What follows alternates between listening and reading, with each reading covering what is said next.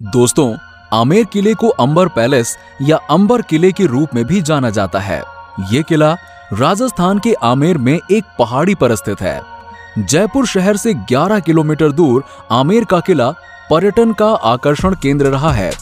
राजा मानसिंह द्वारा निर्मित किला, जिसे अंबर किला भी कहा जाता है, एक दर्शनीय स्थल है। ये एक आसानी से पर्वत की चोटी पर खड़ा है, जो सुंदर छोटी झील के ठीक बगल में स्थित है। किले की राजसी उपस्थिति और इसके भौगोलिक लाभ इसे यात्रा करने के लिए एक विशेष स्थान बनाते हैं। ये किला हिंदू और मुस्लिम वास्तुकला का एक आकर्षक मिश्रण प्रस्तुत करता है। ये लाल बलुआ पत्थर और सफेद संगमरमर का उपयोग करके बनाया गया है। आमेर किले के महल परिसर में भीतर बहुत ही आकर्षक कमरे हैं। इस परिसर का निर्माण राजा मानसिंह, मिर्जा राजा जयसिंह और सवाई जयसिंह ने लगभग 2 शताब्दियों में किया था। ये महल परिसर लंबे समय तक राजपूत महाराजाओं के मुख्य निवास के रूप में इस्तेमाल किया गया था। आमेर किला समृद्ध इतिहास से जुड़ा है, जिसमें विश्वासघात और खून खराबे शामिल हैं। राजा एलन सिंह, जो मीणाओं के चंद्र वंश पर शासन करते थे, संभवतः आमेर पर पैर रखने वाले पहले राजा थे। उसने पहाड़ी के ऊपर अपना महल स्थापित किया, जिसे वर्तमान समय में आमेर किला नाम से संबोधित किया जाता है। उन्होंने नए शहर में अपने सिद्धांतों पर शासन करना शुरू कर दिया और अपने शहर का नाम खोंगोग रखा। एक दिन एक बच्चे के साथ एक बूढ़ी औरत राजा एलन सिंह के पास पहुंची। उसने अपने राज्य में शरण मांगी। राजा ने उन्हें खुले दिल से लिया और यहाँ तक कि उस बच्चे को भी उठाया, जिसका नाम ढोला राय था। ढोला राय को मीणा साम्राज्य की विरासत का प्रसार करने के लिए दिल्ली भेजा गया। अपने राजा के आदेशों का पालन करने के बजाय ढोला राय अपनी खुद की एक छोटी सेना के साथ वापस आया, जिसमें राजपूत शामिल थे। राजपूतों ने फिर बिना किसी दया संकेत के मीणाओं के समूह से संबंधित सभी लोगों को मार डाला। ऐसा करना बेहद ही शर्मनाक था। जब लोगों को इस बारे में पता चला तो उन्होंने इस घटना की काफी निंदा की और उन्होंने ये भी कहा कि ये एक बहुत ही बड़ा विश्वासघात है। ऐसा कहा जाता है कि हत्याकांड दिवाली के दिन हुआ था, जब मीणा एक विशेष अनुष्ठान कर रहे थे, जिसे पितृ तर्पण के नाम से जाना जाता है। पितृ तर्पण करते समय मीणाओं में प्रथा थी कि वो अपने साथ हथियार नहीं रखते थे। ढोला राय ने इस स्थिति का फायदा उठाया और उन पर हमला करके उन्हें जान से मार डाला। इसके साथ ही साथ जो लोग भी उनके हित में थे, उन्हें भी नहीं छोड़ा गया और एक एक को चुन चुन कर मार दिया गया और उसने खोंगोन को अपना बना लिया। उनके इस कृत्य को कायरतापूर्ण और तुच्छ माना जाता था। 1600 के दशक की शुरुआत में कछवाहा घर के राजा मान सिंह ने अपने पूर्ववर्ती से गद्दी संभाली। उन्होंने तब पहाड़ी के ऊपर पहले से बने ढांचे को नष्ट करने के बाद आमेर किले का निर्माण शुरू किया। किले को राजा मान सिंह के उत्तराधिकारी जय सिंह द्वारा अगली 2 शताब्दियों में विकसित किया गया था। इस किले में मिर्जा राय जय सिंह प्रथम सहित विभिन्न राजपूत महाराजाओं के शासनकाल के दौरान निरंतर सुधार हुए थे। 16वीं शताब्दी के अंत में यह पूरा हुआ। 1727 में राजपूत के महाराजाओं ने अपनी राजधानी को आमेर से जयपुर स्थानांतरित करने का फैसला किया, जिसके बाद किले की स्थिति में कोई और बदलाव नहीं हुआ। अंबर किले का निर्माण 1592 में शुरू किया गया था। इसे कई शासकों द्वारा नियमित अंतराल पर पुनः बनवाया गया। ये सिलसिला 1600 के अंत तक जारी रहा।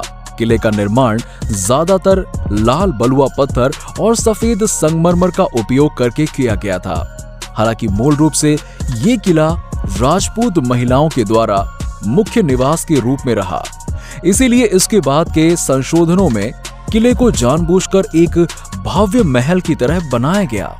एक और महल भी है, जिसका निर्माण आमेर किले के निर्माण से पहले किया गया था। पुराना महल किले के पीछे एक घाटी पर स्थित है। ये महल भारत के सबसे पुराने महलों में से एक है। 4 अलग अलग खंड किले या महल बनवाने के लिए गठबंधन करते हैं। प्रत्येक खंड का अपना द्वार और आंगन है।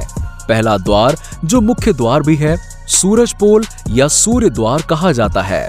गेट का मुख्य पूर्व की ओर है, जो हर सुबह सूर्योदय का साक्षी होता है और इसीलिए ये नाम है। ये द्वार जलेबी चौक नाम के पहले प्रांगण की ओर जाता है। जब उस स्थान पर राजपूतों का शासन था, तब भी सैनिक इस विशाल प्रांगण में अपनी जीत का जश्न मनाते थे। ये एक दृश्य जनता के लिए उपहार के समान था और अक्सर महिलाओं द्वारा खिड़कियों के माध्यम से देखा जाता था, क्योंकि शाही गणमान्य व्यक्ति सूर्य द्वार से प्रवेश करते थे। इसीलिए इस स्थान पर भारी सुरक्षा थी। किला परिसर के सामने का आंगन शानदार दीवाने आम के खंबे वाले हॉल और गणेश पोल के 2 स्तरीय चित्रित द्वार से सुशोभित है। आमेर किले का प्रवेश द्वार दिले आमार गार्डन से है, जिसे पारंपरिक मुगल शैली में बनाया गया है।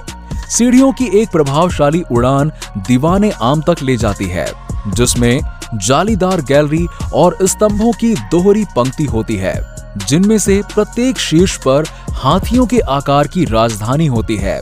ये हॉल दूसरे आंगन में रखा गया है।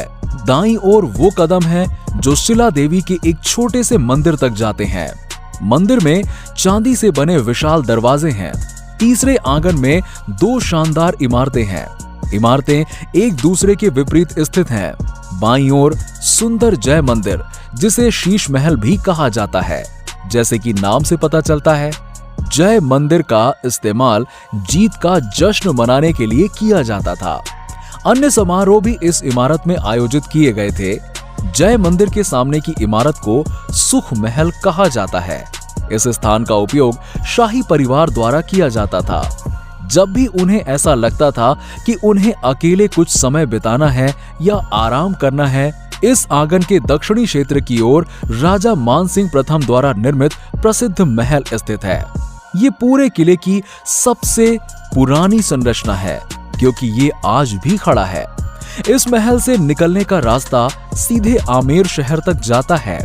चौथा आंगन भी दिलचस्प है। महल के इस हिस्से में मालकिन सहित शाही महिलाएं रहती थीं। वो सामूहिक रूप से जनाना के रूप में जाना जाता था। यहाँ तक कि रानी और रानी माँ भी इसी हिस्से में रहती थीं। राजमहल का ये भाग बेहद निर्जन था, क्योंकि राजा किसी की ओर ध्यान दिए बिना रानियों से मिलने जाते थे। किले की स्थापत्य शैली मुगल और राजपूत वास्तुकला का मिश्रण है। किले के भीतर इस शैली का सबसे अच्छा उदाहरण गणेश पोल है। मिर्जा राजा जयसिंह, जिन्होंने 1621 से 1627 तक गणेश पोल के निर्माण में महत्वपूर्ण भूमिका निभाई थी। गेट को मोजाइक से सजाया गया है, जिससे ये रंगीन और भव्य दिखता है। किले के मुख्य आकर्षण में जय मंदिर और शीश महल हैं। शीश महल में उत्तम दर्पणों के साथ दीवारें हैं। ऊपरी मंजिल पर लटका झूमर जय मंदिर मुगल और वास्तुकला की राजपूत शैली का शानदार मिश्रण है। ये स्पष्ट रूप से नक्काशीदार जली स्क्रीन और प्लास्टर के काम से स्पष्ट है। जल मंदिर में एक विशाल उद्घाटन है, जो चंदन के दरवाजों से ढका है। इस संरचना की एक विशेषता इमारत के माध्यम से पानी का प्रवाह है, जिससे पूरे हॉल को वातानुकूलित किया जाता है। शीश महल की भी एक खासियत है। दिन के बाद कुछ मोमबत्तियों की रोशनी में भी पूरा महल चमक से जल उठेगा। इस तरह की विशेष संरचना का वास्तुशिल्प चमक था। इस महल में प्रयुक्त दर्पण प्रकृति में उत्तल है, जिसे 1600 के दशक के अंत में राजा मानसिंह के शासनकाल के दौरान बनाया गया था। उद्यान चहार बाग या प्रसिद्ध मुगल गार्डन से मिलता जुलता है। इसके अलावा एक पुल है, जो बगीचे के केंद्र में तारे के आकार का है। किले का एक और दिलचस्प वास्तुशिल्प डिजाइन चौथा आंगन है। चूंकि राजाओं को गुप्त रूप से अपनी रानियों और मालकिनों से मिलने जाना पड़ता था, इसीलिए आंगन में एक विशेष डिजाइन की मांग की। ये इस तरह से बनाया गया था कि कोई भी अनुमान नहीं लगा सकता था कि राजा किस कमरे में प्रवेश करेगा, जिसमें कई कमरे थे। आमेर किले की दीवारों को शिकार और युद्धों के चित्रों के साथ साथ कीमती पत्थरों और दर्पणों से सजाया गया था। जो प्लास्टर में स्थापित है। किले के सबसे आगे स्थित माओटा झील शानदार एम्बर फोर्ट पैलेस के शानदार और सुंदर प्रतिबिंब देती है। किले को राजस्थान के 5 अन्य किलों के साथ वर्ष 2013 में यूनेस्को की विश्व धरोहर स्थलों में से एक के रूप में नामित किया गया था। आमेर विकास और प्रबंधन प्राधिकरण ने अब तक किले को खतरों से बचाने के लिए लगभग 40 करोड़ रुपए खर्च किए हैं। हालांकि किले का व्यवसायीकरण एक बड़ा खतरा साबित हो रहा है। कहा जाता है कि बॉलीवुड फिल्म की एक टीम ने किले से जुड़ी एक पुरानी छतरी को क्षतिग्रस्त कर दिया था। टीम ने चांद महल, जलेबी चौक नामक एक आंगन और फिल्म के लिए एक सेट को ठीक करने के भाग के रूप में छेद यानी कि ड्रिल करके एक अन्य प्राचीन इमारत को भी नुकसान पहुंचाया था।